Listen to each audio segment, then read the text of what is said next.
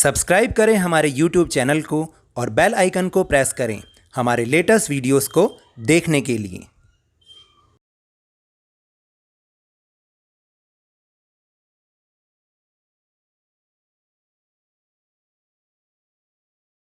पिछली दो वर्कशीट की तरह इस वर्कशीट में भी मैंने आंसर लिखने की कोशिश की है।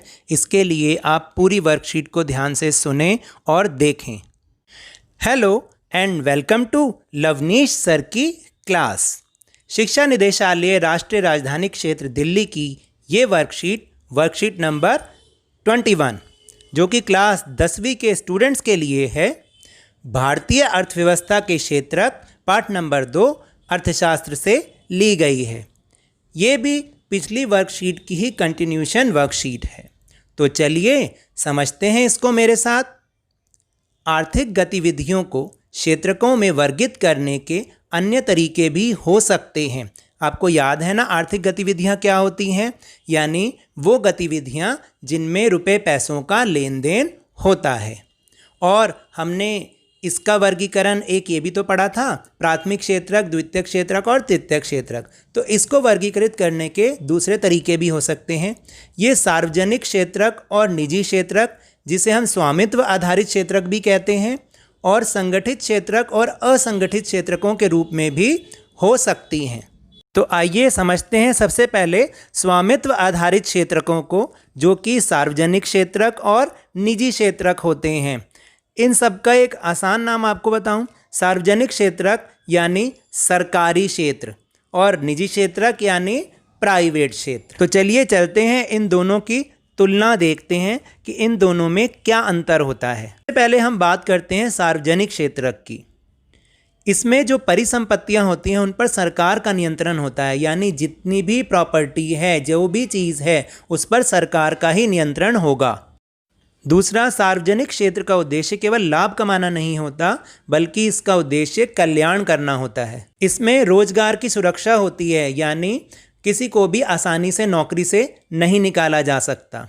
फिर इसमें सभी सेवाएं सरकार उपलब्ध कराती है, यानी इसके तहत जो भी सेवाएं आती हैं वो हमें सरकार उपलब्ध कराती है, जैसे ट्रेन की सेवा, बस की सेवा, सरकारी अस्पताल, सरकारी विद्यालय आदि।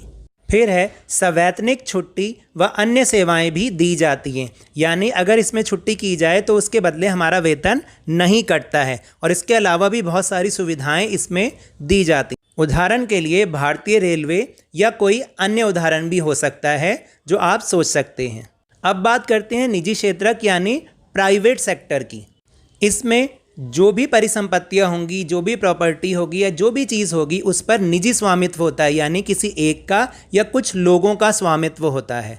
इसका उद्देश्य अधिकतम लाभ कमाना होता है, यानी इसमें जो भी सेवाएं होती हैं उनका उद्देश्य केवल और केवल लाभ कमाना होता है, जैसे निजी अस्पताल, निजी विद्यालय आदि। इसमें रोजगार की सुरक्षा भी नहीं होती, यानी कभी भी किसी को भी नौकरी से निकाला जा सकता है। फिर है सारी चीज़ें एक व्यक्ति या कंपनी ही उपलब्ध कराती है और कोई उपलब्ध नहीं करवाता। अगला है सवैतनिक छुट्टी व अन्य सेवाएं सामान्यतः प्रदान नहीं की जाती, यानी अगर आप छुट्टी करते हैं तो उसके बदले में वेतन काटा जाता है। उदाहरण के लिए टिस्को का मतलब है Tata iron and steel company. अब हम बात करते हैं संगठित क्षेत्र और असंगठित क्षेत्रों में कार्य की दशाओं के आधार पर अंतर। संगठित क्षेत्र को हम सरकारी क्षेत्र भी कह सकते हैं और असंगठित क्षेत्र को प्राइवेट क्षेत्र भी कह सकते हैं। इससे आपको बहुत अच्छा समझ में आएगा। सबसे पहले बात करते हैं संगठित क्षेत्रक की। इसमें उचित वेतन मिलता है, यानी हमेशा वेतन अच्छा ही मिलता है। इसमें कार्य के निश्चित घंटे होते हैं, यानी एक फिक्स टाइम होता है और उस टाइम के लिए ही आपको काम करना पड़ता है, यानी आने और जाने का समय निश्चित होता है, जैसे 9 से 5 या 10 से 6 आदि। नौकरी की निश्चितता होती है, यानी नौकरी सेफ होती है, आपको आसानी से नहीं निकाला जा सकता है। कर्मचारी योजनाओं का लाभ भी इस क्षेत्र में मिलता है, यानी कर्मचारी के फेवर में, उसके हक में जो भी योजनाएं होती हैं उसका लाभ कर्मचारियों को दिया जाता है। कार्य की बेहतर परिस्थितियां होती हैं, जैसे उसको छुट्टी भी दी जाती है, मेडिकल फैसिलिटी भी दी जाती है, और यदि वो रिटायर हो जाता है तो उसके बाद उसे पेंशन का लाभ भी मिलता है आदि। उदाहरण के लिए बैंक, सरकारी विद्यालय आदि। अब बात करते हैं असंगठित क्षेत्रक की। ये जो क्षेत्रक होता है इसमें जो इकाइयाँ होती हैं यानी जो भी बिजनेस होते हैं वो सारे बिखरे हुए और छोटे छोटे होते हैं। फिर इसमें कम वेतन मिलता है। हमेशा आप ध्यान रखिएगा जब भी आप असंगठित क्षेत्रक में काम करते हैं तो वेतन अक्सर संगठित क्षेत्रक की तुलना में कम ही मिलता है। दूसरा, कार्य का निश्चित समय नहीं होता। आपका सुबह आने का टाइम जो होगा और जाने का टाइम निश्चित नहीं होगा। नौकरी आम तौर पर 10 से 12 घंटे की होती है। फिर है नौकरी की अनिश्चितता, यानी आपको कभी भी नौकरी से निकाला जा सकता है। बाद है कर्मचारी योजनाओं का अभाव, यानी कर्मचारी के लिए जो फेवरेबल योजनाएं होती हैं यानी जो उसके लिए लाभ देने वाली योजनाएं होती हैं उनका लाभ उन्हें बिल्कुल नहीं दिया जाता। आखिरी में है निम्न स्तरीय कार्य परिस्थितियाँ, यानी कोई ऑफिस कोई ढंग का नहीं होता या फिर ऐसा माहौल नहीं होता कि जहाँ पर आपको काम करने में बहुत बढ़िया लगे। छुट्टी करते हैं तो पैसे भी कटते हैं और ना ही कोई मेडिकल फैसिलिटी आदि। ऐसी कार्य की निम्न स्तरीय परिस्थितियां होती हैं, जैसे रेहड़ी पटरी वाले या परचून की दुकान या छोटी छोटी दुकानें, बिजनेस छोटे छोटे आदि। चलिए अब चलते हैं अपने प्रश्नोत्तर की ओर।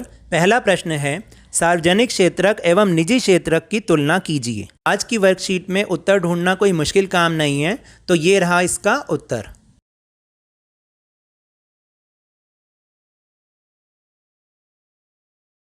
अब चलते हैं दूसरे प्रश्न की ओर। संगठित क्षेत्रक और असंगठित क्षेत्रक की तुलना कीजिए।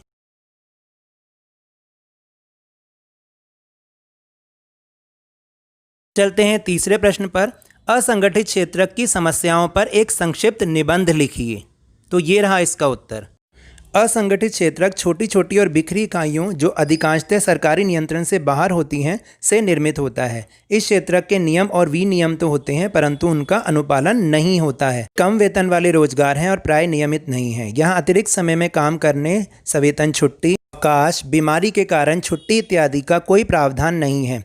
रोजगार सुरक्षित नहीं है। श्रमिकों को बिना किसी कारण काम से हटाया जा सकता है। कुछ मौसमों में जब काम कम होता है तो कुछ लोगों को काम से छुट्टी दे दी जाती है। बहुत से लोग नियोक्ता की पसंद पर निर्भर होते हैं। इस क्षेत्रक में काफ़ी संख्या में लोग अपने अपने छोटे कार्यों जैसे सड़कों पर विक्रय अथवा मरम्मत कार्य में स्वतः नियोजित हैं। इसी प्रकार किसान अपने खेतों में काम करते हैं और ज़रूरत पड़ने पर मजदूरों पर श्रमिकों को लगाते हैं। तो यही इसका उत्तर हो सकता है। अब चलते हैं प्रश्न नंबर 4 पर। सार्वजनिक क्षेत्रक एवं निजी क्षेत्रक के 5-5 उदाहरण लिखिए। सार्वजनिक क्षेत्रक के उदाहरण हैं नंबर 1 भारतीय railway, number 2 Delhi metro, number 3 MTNL या BSNL, नंबर 4 भारतीय state bank, number 5 oil and natural gas limited. निजी क्षेत्रक के उदाहरण हैं number 1 Reliance industries limited, number 2 Tata iron and steel company TISCO, number 3 Wipro limited, number 4 Hindustan lever limited, number 5 Infosys technology limited. तो ये थी आज की वर्कशीट। मेरे इस तरह समझाने से अगर आपको थोड़ा सा भी समझ में आया हो तो इस चैनल को ज़्यादा से ज़्यादा सब्सक्राइब कीजिए, लाइक कीजिए और शेयर कीजिए। मेरे साथ इसी तरह वर्कशीट को समझते जाइए और हाँ, ध्यान और मन लगाकर पढ़ते रहिए। धन्यवाद।